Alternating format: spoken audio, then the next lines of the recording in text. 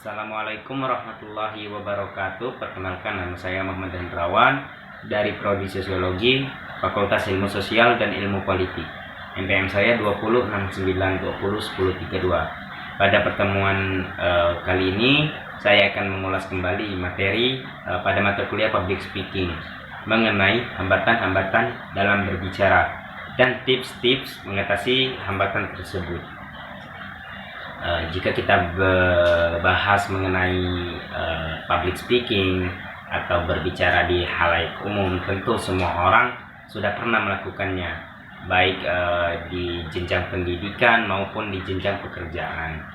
Akan tetapi tidak semua orang bisa berbicara dengan baik, tidak semua orang bisa memiliki pola pembicaraan yang terarah. Ini disebabkan oleh beberapa faktor. Adapun faktor tersebut yaitu yang pertama, hambatan di dalam berbicara, kedua, ketakutan-ketakutan. Di situ ada poin-poinnya nanti yang akan saya jelaskan di dalamnya. Yang pertama, hambatan dalam berbicara. Banyak sekali hambatan ketika kita sedang berbicara. Seperti misalnya kita takut tidak didengarkan oleh audiens, kita saat berbicara takut dilihat oleh lawan jenis, kita berbicara tidak sesuai atau tidak apa yang mau dijelaskan itu tidak terarah. Adapun hambatan tersebut disebabkan oleh ketakutan. Nah, ketakutan-ketakutan ini biasa disebut speechless phobia, di mana ketika kita berbicara, speechless phobia ini menyebabkan kita berbicara tidak mengeluarkan semaksimal mungkin pembicaraan kita sehingga tidak teratur. Gejala-gejalanya seperti sekujur saraf tubuh menjadi tegang, keringat pada bagian kaki, tangan, dan punggung, lidah menjadi kaku, otak mudah melupakan materi karena ya tidak konsentrasi tadi, cemas, takut, nervous, dan juga detak jantung menjadi lebih cepat. Karena apa? Kita mengambil nafas atau kita melakukan pernapasan itu tidak stabil. Artinya seperti merasa ya tegang tadi. Jadi sehingga kita memompa darah kita tuh lebih cepat lagi. Nah, itu termasuk gejala-gejala ketika kita berbicara. Adapun ketakutan-ketakutan di dalam berbicara, ada 4 poin saja yang saya sampaikan. Yang pertama, karena kita tidak menguasai materinya.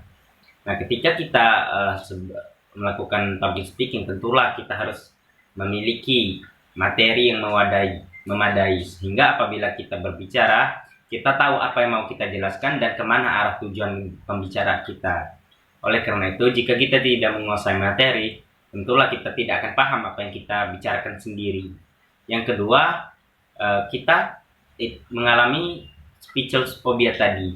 Jadi speechless phobia tadi menyebabkan ketakutan, di mana kecenderungan mendapati hambatan di dalam berbicara pastinya ada ketika kita mengalami speechless phobia.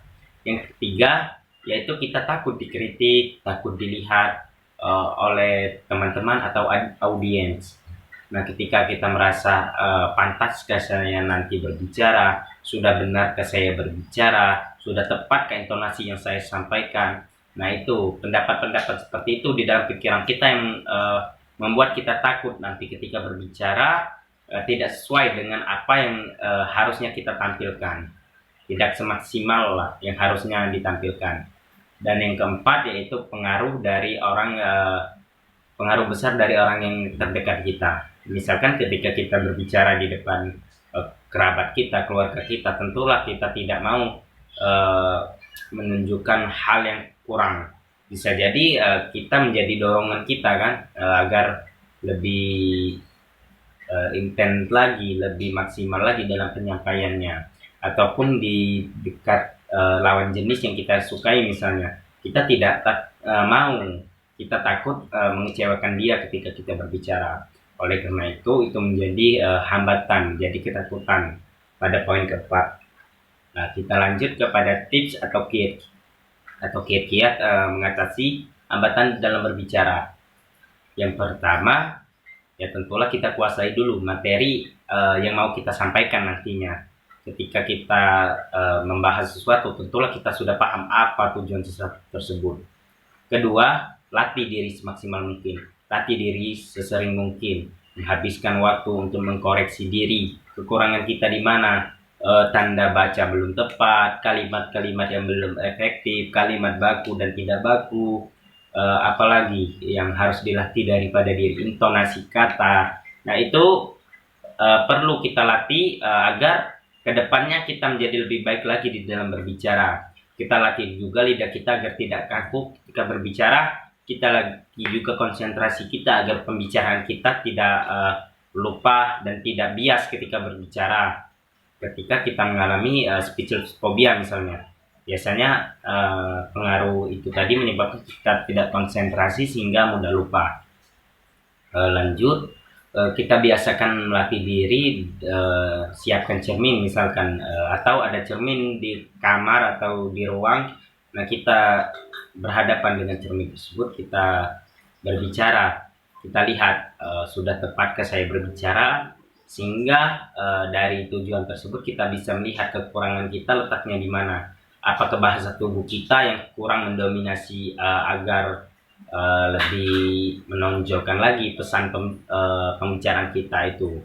Nah, kemudian yang terakhir, kita tanamkan rasa percaya diri, sehingga apabila kita percaya diri, kita latih lagi diri kita sehingga kita tidak mudah canggung lagi, baik itu nantinya kita bicara kepada orang asing maupun kepada kerabat-kerabat sendiri, sehingga kita sudah terbiasa dan tidak lagi perlu yang ditakuti ketika kita berbicara. Nah, itu saja mengenai hambatan berbicara dan juga tips-tips yang saya sampaikan. Terima kasih. Billahi fisabilil haq wastabiqul khairat. Wassalamualaikum warahmatullahi wabarakatuh.